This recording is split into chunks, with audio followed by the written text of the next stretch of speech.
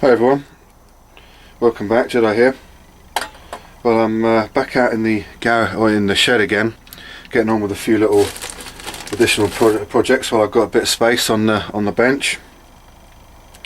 I've had to rearrange a few projects because unfortunately, while I was in the process of making my ammo can barbecue stroke stove arrangement, the Dremel gave up the ghost. As you can probably see if I hold that right up close, something's gone wrong with the motor inside of it. It's gone exceptionally hot, smoke started pouring out, and I think that one's now destroyed. That's going up to the hand tool heaven in the sky. Real shame, because it's a cracking little tool, really enjoy using it. It's been so handy for so many different little projects that I've had. I had to complete that ammo can stove to the best of my ability just with hand tools, and unfortunately I was going to work on this new arrangement hobo stove, which was a brilliant find. I got a pack of 3 of these from Asda's for a £5. Now the lids themselves weren't particularly great. They had a circular disc of plastic in the top there, which was going to limit the capacity I had to use that for anything. But the tin itself was great. It fits the Tatonka mug and the Guyot Designs bottle absolutely perfectly. So that one's going to have to wait until I get a new Dremel tool. So what I thought I'd do, I've got a ton of these candle lights. We bought a couple of table candle holders recently, and I've got a pack of 100 of these little tea lights for about a £5, which is a great deal. I'm not a great fan of them, I must admit. I certainly wouldn't keep a whole bunch in my pack or around the house, that sort of thing. I just think, you know, as singular items, they're great for an aesthetic appeal in the house, but in terms of a practical nature that I want to use them for, not great. So I'm just using the multi-tool of choice, the Leatherman Surge and the awl, to pick out the wicks, lift those up, take the candles out of the holders, and then just take out the wicks themselves from the candles. And then I've got them going into this pan for melting down onto the little portable stove. So I'm going to crack on with doing that. Once I get a fair few sorted out and we're ready to rock, we'll fire up and melt these candles down, then I'll show you what I'm doing with them.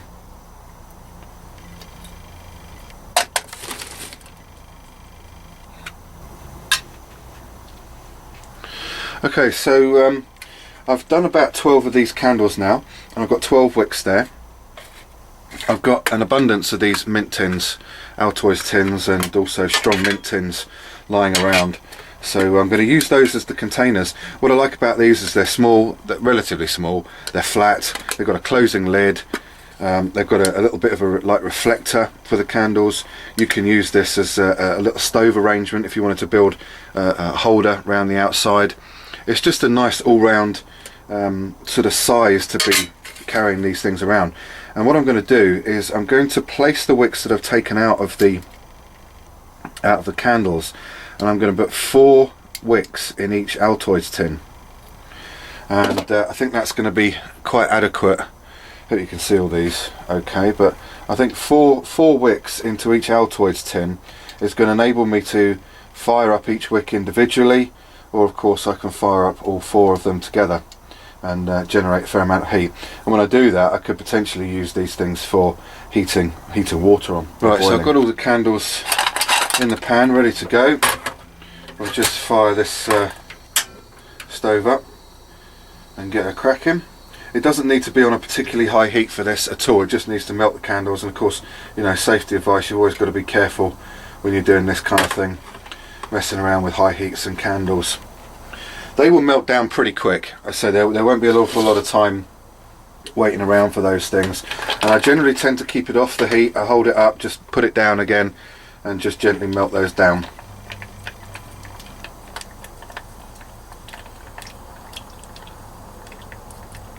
Really doesn't take a high heat for these to get melting. I'm hoping I'll have enough here for the 3 Altoids tins that I've got ready on top there. I've got a whole bunch of these that I'm going to do. I won't obviously film the whole lot, but I'll show you the end result. but they really should be enough in there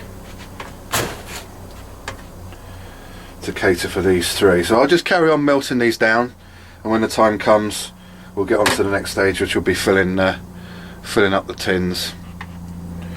So essentially there you go. I don't know how effectively I'm going to be able to do this reaching across the camera, but I'll come back to you in a little while when I'm ready to fill the tins up. The wax is melting nicely, so it shouldn't be too long. Okay, so the wax is melted, the burner is now turned off, making sure we're keeping safe, and I'm literally just going to freehand this into the containers. Be really careful. It's not too difficult. Now there are little hinge holes on each of these Altoids tin cans, so you want to be careful you don't overfill them. That's that one done nicely. On to the next one. Just pour it in a nice even steady rate.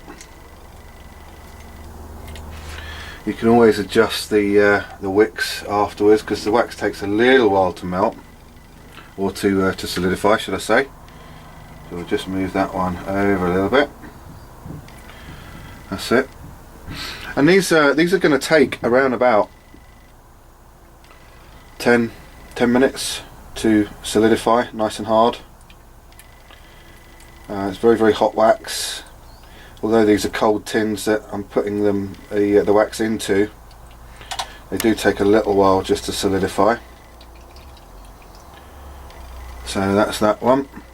So we've got 3 done there, and I'm just going to leave the rest of that remaining wax out of the way. So I'm going to go through the process and do all the rest of the tins that I've got to do. Take these outside to solidify up, and I'll show you the end result when we're all done. So there we go. We've got 8 of the first batch now done and cooled down.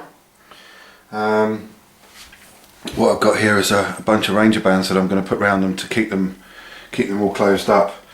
So what I've done with some of them is I've put 3 in some, I put 4 in others that you saw earlier on from the very first batch that I did.